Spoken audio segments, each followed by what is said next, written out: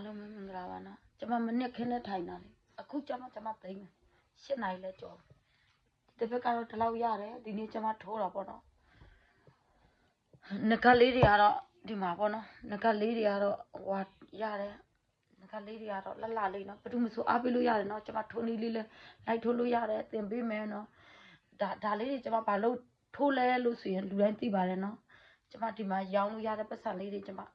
တို့ရွာက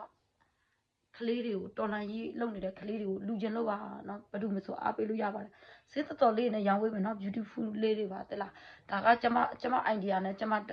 first time လုပ်တဲ့ဟာလေးတွေပါနော်သူများနဲ့လည်းမတူပါဘူးနော်ဒီမှာအဝါလေးလည်းရှိရဲဒါကျမစဉ်းစားပြီးတော့လုပ်တဲ့ဟာလေးတွေပေါ့နော်အဝါရောင်လေးလည်းရှိတယ်လှပါတယ်နော်ဟိုတစ်ခါအလှလေးတွေဝတ်လို့ရပါတယ်သုံးမွေးလေးတွေနဲ့လုပ်ထားတာပါနောက်ဒီမှာလေးတွေလည်းရှိပါတယ်နော်အားပေးခြင်းတဲ့လူတွေလည်းအားပေးကြပါနော်ကျမ order တွေလည်းရှိပါတယ် order တွေလည်းထိုးနေပါတယ်ပေါ့နော်ဒီပတ်စံနေကျမအလုံးမရှိတဲ့အချိန်မှာနော်ကျမတတ်နိုင်တယ်ကျမတတ်တဲ့ဘက်ကနေပြီးတော့ကူညီတာပါကျမအရန်ပင်မပါတယ်နော်ဗာလဲ share တော့လည်းလုပ်ပေးတာပါနော်ဘာလို့မဆို like ထိုးလို့ရတယ်ကျမဗီဒီယိုလေးလည်းတင်ထားပေးမယ်ဒီငကလေးတွေ like ထိုးတာလေးတွေနော်အားလုံးကိုကျေးဇူးတင်ပါတယ် thank you ပါကျမလည်းတနေ့ကုန်ထိုင်တာမို့အလုပ်တွေလုပ်ရအောင်မမို့အားလုံးမစိတ်ချမ်းသာခြင်းကိုယ်ဤကျမ်းမာခြင်းနဲ့ပြည့်စုံကြပါစေလူရဆန္ဒပြည့်ကြပါစေရှင်